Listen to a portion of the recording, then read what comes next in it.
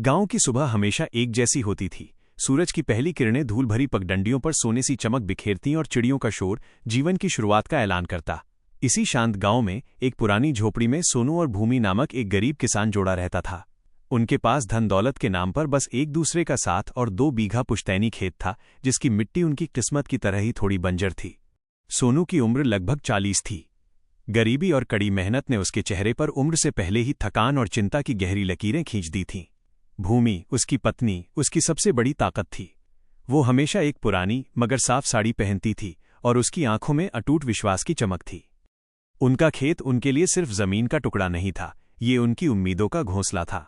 उन्होंने उसमें अपने बच्चों की तरह मीठी फसल माइनस खीरा, ककड़ी और कुछ मौसमी सब्जियां माइनस बोई थीं।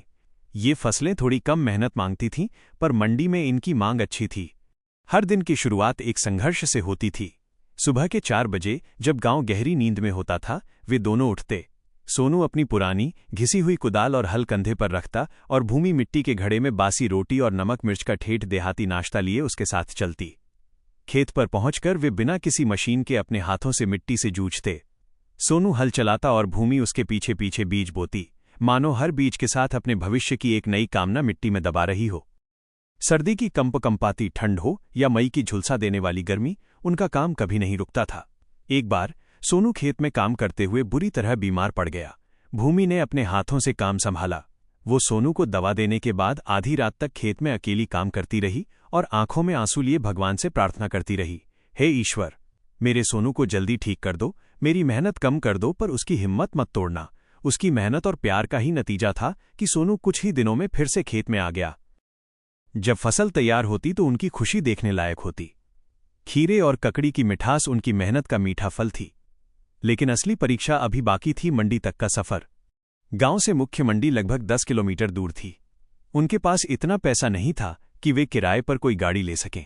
इसलिए हर दूसरे दिन वे लगभग 40-50 किलो सब्जियों की टोकरियां सिर पर रखकर पैदल ही सफर शुरू करते। भोर के अंधेरे में सोनू आगे चलता, उसका सिर भारी बोझे से झुका होता और भूमि पीछे पीछे चलती, उसकी साड़ी का पल्लू उसके माथे पर पसीना आने से रोकता। रास्ते में कई बार अमीर किसानों के ट्रैक्टर और गाड़ियां तेजी से निकल जाती थीं और वे किनारे खड़े होकर उन्हें देखते। भूमि कभी कभी दुखी होकर सोनू से कहती, हमारा दिन कब आएगा सोनू, जब हम भी अपनी गाड़ी में माल लेकर मंडी जाएंगे। सोनू बस मुस्कुराकर कहता, जिस दिन हमारी फसल का अच्छा दाम मिलेगा भूमि, उस दिन हम पहली सवारी अपनी लेंगे। बस मेहनत पर भरोसा रखो। मंडी में उनके साथ अक्सर अन्याय होता था। बड़े व्यापारी उनकी गरीबी का फायदा उठाते और उन्हें उनकी मेहनत का उचित मूल्य नहीं देते थे। एक बार जब उनकी सबसे अच्छी फसल आई थी तो मंडी में अधिक आवक होने के कारण दाम अचानक गिर गए। पूरे दिन इंतजार करने के बाद उन्हें अपनी फसल कौड़ियों के दाम बेचनी पड़ी। शाम को घर लौटते समय सोनू पूरी तरह टूट चुका था। उसके सिर पर अब बोझ नहीं था, पर मन पर निराशा का पहाड़ था। रास्ते में एक पेड़ के नीचे बैठकर वो फूट फूट कर रोने लगा, हम क्यों नहीं आगे बढ़ पाते भूमि? इतनी मेहनत क्यों बेकार जाती है? भूमि ने पहली बार सोनू को इतना असहाय देखा था।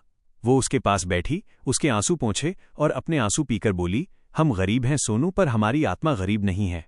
हमारी मेहनत बेकार नहीं जाएगी। ये जीवन एक खेत है। आज फसल खराब हुई है, पर कल हम नए बीज बोएंगे और देखना, कल की फसल और भी मीठी होगी। उस रात वे फिर से खाली हाथ और थके हारे घर पहुंचे, लेकिन उनके प्यार और उम्मीद के बीज मिट्टी से भी ज्यादा मजबूत थे। अगले दिन वे दोनों